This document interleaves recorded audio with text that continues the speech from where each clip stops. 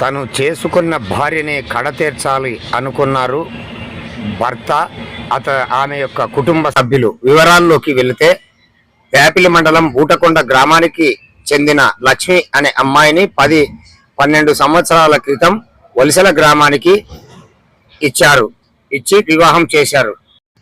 పెళ్లి అయిన కొన్ని సంవత్సరాలు వీరు అన్యోన్యంగా ఉండేవారు. తర్వాత ఈ యొక్క లక్ష్మి వారి బావ పైన ఆస్తి మొత్తము ఉండడంతో ఆస్తి పంపకం చేయాలని చెప్పి పదే లక్ష్మి తగవులాడుతూ ఉండేది. ఈ యొక్క సాకుతో భర్త వారి కుటుంబం అంతా ఒకటి అయ్యి, నువ్వు ఏంది మాకు ఆస్తి పంచివ్వడానికి, నువ్వెవరు అని అనేక అనుమానాలతో ఆమెని బాధ పెట్టేటువంటి వారు. తర్వాత నిన్న రాత్రి బలవంతంగా ఆమెని కడతీర్చాలనేటువంటి ప్రధాన ఉద్దేశంతో మందు పోశారని చెప్పి అంటా ఉన్నారు.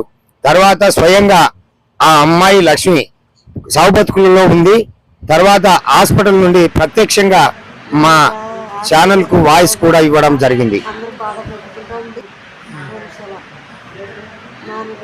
ఆస్తి లేదని గొడవ పెట్టుకుంటా అందరూ బాధ పెట్టుకుంటా ఉంది. ఇట్లా మా దగ్గర తెచ్చుకొచ్చేది ఏమన్నారంటే నన్ను ఏమేం చేస్తాను అని అని అంటున్నారు సార్. నేను ఏమేం చేసి నీ ఆస్తి అని ఏమంటున్నారు. నేను కొట్టినారమ్మా? కొట్టినారు సార్, అందరు కలిసి కొట్టినారు. వాళ్ళ కుటుంబం వల్ల కొట్టినారు సార్. లాస్ట్ మా ఆడపిల్ల కొడుకు కూడా కొట్టినారు సార్. వాళ్ళ పేర్లు ఏమన్నా చెప్తామమ్మా? వెంకటస్వామి, రామలచ్చమ్మ, హరీష్, ఎల్లక్క, వెంకటేశ్, ఆజాద్, వెంకటేశ్వరమ్మ సార్. పుట్టుకొండ మా బిడ్డను చనిపించినారు. ఆస్తి గురించి గొడవ పడి మొగుడు ముందు పోసినాడు.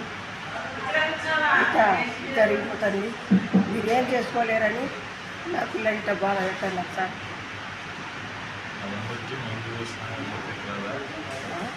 నోరు తెలిసి కానీ మందు పోసినారు సార్. సరే ఉండకుండా బిడ్డని వలసలకు ఇచ్చినాం సార్. అప్పుడు ఇదేళ్ళైంది 10 సంవత్సరాలు అయింది. ఆమె ఇద్దరు కొడుకులు కానీ కాపురం మంచిగానే చేస్తుంది. ఒక బిడ్డ కొడుకు కాపురం మంచిగానే చేసుకుంటుంది.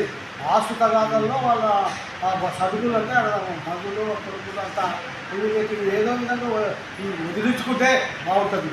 ఎందుకంటే ఈ విధంగా ఏమో మన టార్చర్ ఏమైతే టార్చర్ పెట్టేది వాళ్ళు టార్చర్ పెడతారని ఇట్లా అనుకొని ఏమని ఒకసారి తాపాలని పంపించినారు. కానీ ఆ పాప తాగలేదు. ఇది ఇప్పుడు బలవంతంగా తాకినారు ఇప్పుడు అందరూ కలిసి.